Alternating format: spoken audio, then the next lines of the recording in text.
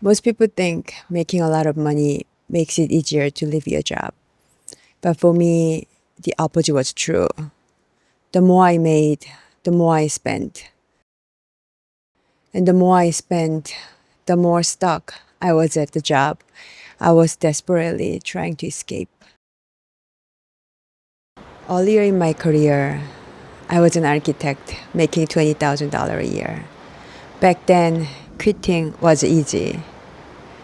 But later, I became a trader and my salary grew over 50 times. And I was stuck. So I tried living on $1 a day to see if I could quit. After 10 years of trading, I could see myself at the end of my life looking back and seeing nothing but that, just moving money around. There had to be more to life than that, right? So I wanted to leave, but I couldn't afford to. My spending was huge. So one morning, I went through my credit card bills and looked through each items carefully, and I saw it. I was stress spending.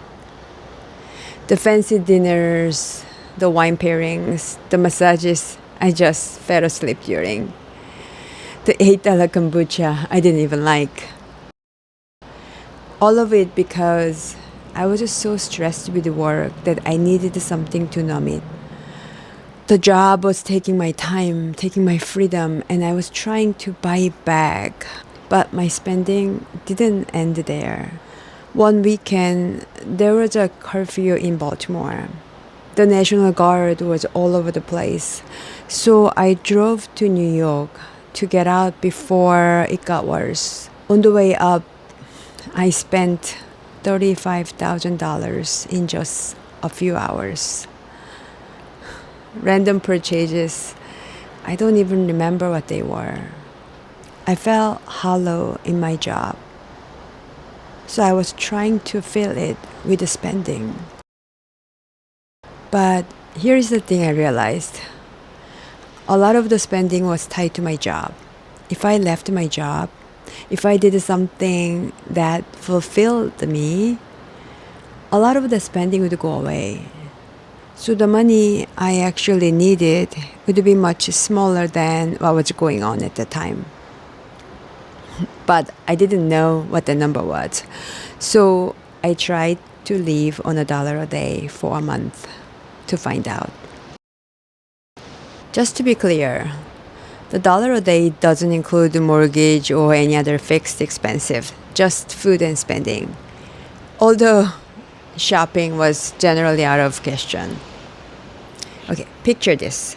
I'm walking into Whole Foods in my designer clothes, but instead of grabbing that $8 kombucha without thinking, I'm standing in the produce aisle doing math. Garlic was $1.25 over budget, but jalapenos were 3 for quarter. So jalapenos became my luxury spice. The first week, it almost felt like a game. Rice and beans and jalapenos.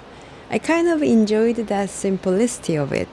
But by week 3, I was lightheaded in meetings. I was eating the same meal every single day.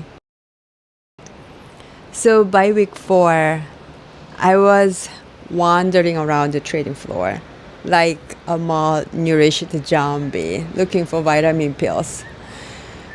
But I made it through though. Barely, but I did. And that month taught me something. Surviving is not the same as living. I could live on $1, but that wasn't sustainable. So I tried $5 a day, 6 months this time. Compared to $1, 5 felt incredible. I almost felt luxurious.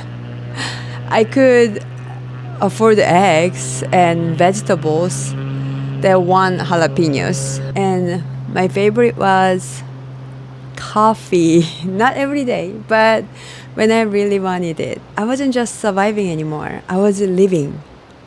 So that was the number. I didn't need millions. I didn't have to wait for another big bonus. $5 a day could buy me the freedom I was craving.